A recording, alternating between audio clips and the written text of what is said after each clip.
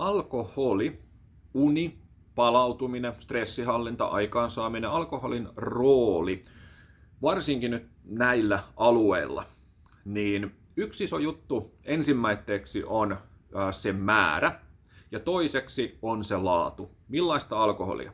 Palataan muihinkin asioihin, mutta lähdetään näistä ensin.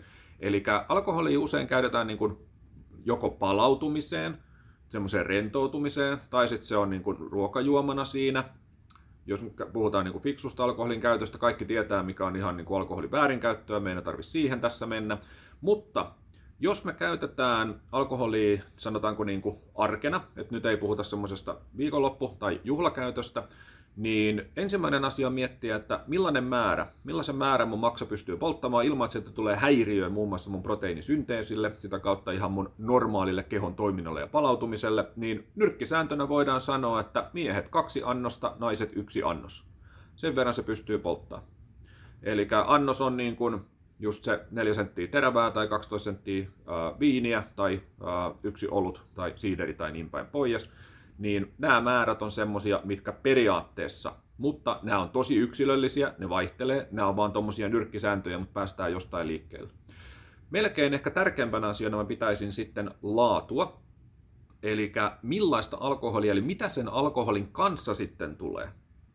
Eli jos me juodaan jotain makeita siidereitä tai muita tämmöisiä, missä on sokeria, niin ehkä se alkoholi siinä ei ole se ongelma, että jos me otetaan 30 grammaa sokeria, vedetään 1 sidukka, 30 grammaa sokeria, se 1 annos alkoholia, niin ehkä melkein se sokeri on siellä pahempi kuin se alkoholi. Taas voidaan miettiä myös näkökulmasta, että no onko näin, mutta pointtina se, että makeat alkoholijuomat, niin ne ei ole vain se alkoholi, vaan täytyy muistaa, että niissä on sitten muutakin. Sitten taas toisessa ääripäässä mennään ehkä niin kuin punaviiniin, että saadaanko sen alkoholin kanssa itse asiassa tosi hyviä antioksidantteja. Eli on hyvin eri asia vetää annos alkoholia 30 gramman sokeria kanssa tai hyvän pläjäyksen antioksidantteja kanssa, eli joku sokeroitu alkoholi versus lasillinen hyvää punkku. Eli tämmöiset asiat on tärkeitä miettiä, että millaista alkoholia. Olut, siinä on maltoosi, se on vielä nopeammin imeytyvää sokeria kuin valkoinen sokeri. Eli sen takia se nostaa insuliineja ja puhutaan sitten kaljamaasta esimerkiksi, jos sitä näyttelee. Tähän liittyy tietysti meidän oma insuliiniresistenssi, meidän hormonitoiminta. Toiset pystyy sulattamaan tosi hyvin, toisilla se kertyy tosi nopeasti, eli sitäkin täytyy yksilöllisesti sitten katsoa. Mutta jos lähdetään näistä asioista miettimään sitä, että jos sitä käyttää, niin mieti sitä laatua ja määrää. No sitten toinen juttu, mitä lähdetään alkoholin vaikutus uneen. Joskus jotkut tuntee sillä lailla, että kun illalla ottaa sen pienen, niin saa paremmin unta.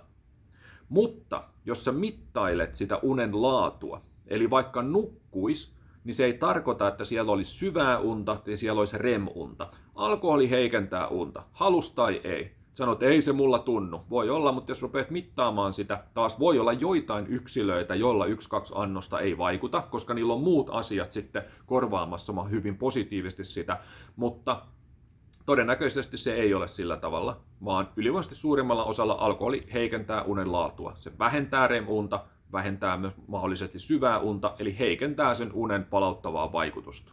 Eli sen se tekee. Eli kannattaa ehdottomasti miettiä iltoihin muita keinoja rentoutua ja parantaa unta kuin alkoholi.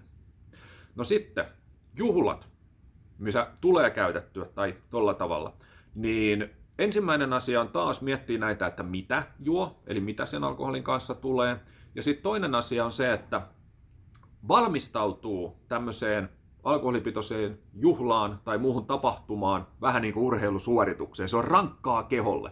Kova urheilusuoritus on rankkaa keholle, alkoholi se on rankkaa keholle, se ei tykkää siitä. Niin miten me valmistaudutaan? 2 vinkkiä. Ensimmäinen, nesteytä. Eli enemmän nestettä. Sinä päivänä, kun tiedetään, että meillä on juhlat tulossa, missä tulee jotain käytettyä tai saunailtaa tai jotain muuta, niin juo 1,5–2 litraa ylimääräistä nestettä sen päivän aikana etukäteen. Toinen, itse silloin aikoinaan kun käytin alkoholia, niin jokaista alkoholiannosta kohden oli tuoppi sitruunavettä. Näin ylläpidettiin sitä nesteytystä. Toinen, Jos vetää sitten niin kuin semmoisella pizza-kebappilinjalla alkoholin kanssa, niin siinäpä sitä on keholla hommaa sitten poistaa ne alkoholit ja muut materiaalit sieltä kehosta, mitä sieltä pitää poistaa. Eli jos sen alkoholin kanssa on nesteytys, niin jättää mahdollisesti, jos haluaa, että seuraava päivä on helpompi ja keho palautuu nopeammin. Voi olla, että ei ole niin väliä sillä asialla, mutta jos haluaa, niin sitten katsoo, että se ruoka, mitä syötäisiin silloin, niin olisi sitten vähän kevyempää, nestepitoisempaa, verensokeria tasoittavampaa, eli mentäisiin sinne kasvis- ja proteiinipuolelle. Eli tämmöisiä juttuja. Ja sitten aamu, miten aloitellaan. Suola on muuten tärkeä, ei ruokasuolaa tietenkään, sitä ei pitäisi syödä ollenkaan, mutta siihen nestetasapainoon, elektrolyyttitasapainoon, niin ihan se oikea, käsittelemätön harmaa merisuola. Ja sitten nykyään tietysti, jos haluaa sitä niin kun ajatella sillai urheilusuorituksen ikään kuin asiaa, niin elektrolyyttijuomat siihen tankkaukseen mukaan ja aamulla ensimmäiseksi vähän elektrolyyttiä ja käsittelemätöntä suolaa, missä on oikeasti kaikki mineraalit tallella. Sama mineraalikirjo käytännössä suhteet kuin mikä on meidän veressä. Se korjaa hyvin meidän nesteytystä. Sitten viimeinen tämmöinen niin kuin ajatus, niin jos alkoholia käyttää useita kertoja viikossa tai käyttää sitä sitten niin kuin isoja annoksia kerrallaan, niin heitän ajatuksena vaan, en lähde saarnaamaan enkä mitään tämmöistä, mutta heitän vain ajatuksena, otan omasta kokemuksestani, että mä aloitin suhteellisen nuorena alkoholin käytin isoja annoksia. Jälkikäteen mietittynä, niin se oli sosiaalisen yhteenkuuluvuuden juttu, ja sitten siinä oli niin kuin se estojen poisto, ja sitten kun voisi sanoa, että huomasi näitä asioita ja elämässä meni sillä tavalla eteenpäin, että ei enää ollut semmoista tarvetta niin kuin tehdä jotain vaan sen takia, kun muutkin tekee. Ja sitten kun osasi ilmaista ja viestiä itteensä ilman, että tarvii kemiallisesti sekoittaa päätänsä, niin sitä tarvetta ei enää sillä tavalla ollut. Mulla se meni näin. Eli tämä ei ole kaikilla näin, mä en sitä sano, mutta mä heitän niin kuin miettimään, että mikä se on se syy sille alkoholin käytölle. Jos sitä käyttää niin kuin paljon, niin miettiä, mikä se pointti on. Tai onko se joku semmoinen, että sillä peitetään jotain? Pitäisikö se käsitellä se asia, jos sillä tulee peitettyä jotain? Onko se vaan tapa tai onko se jotain muuta, niin miettiä, että hei, pitäisikö tämä lopettaa? Mä itse käytännössä lopetin humalajuomisen armeijan jälkeen.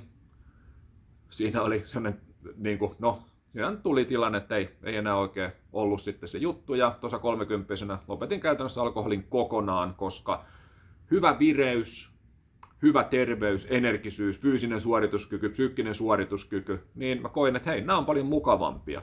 Eli se, mitä alkoholi tekee, ihan se 1-2 lasiakin, niin mä huomaan, että se heikentää mun psyykkistä ja fyysistä suorituskykyä, niin mä huomasin, että hetkinen, että mä jätän pois tämän kokonaan. Ei mulla ole mitään periaatteellista absoluutismia, mä vain ottaa lasillisen, jos siltä tuntuu, mutta eipä ole enää 10 vuoteen tuntunut. Mutta tosiaan painotan, että ei ole tarkoitus millään tavalla saarnata, vaan tuossa videon alkuosassa olevat asiat siitä, että käyttää sitä laadukkaasti, käyttää sopivaa määrää ja valmistautuu sitten niihin isoihin määriin hyvin, niin näillä pärjätään kyllä. Et ei ole mikään juttu, että absoluutistiksi pitäisi ruveta, en saarnaa sellaista, vaan fiksua käyttöön.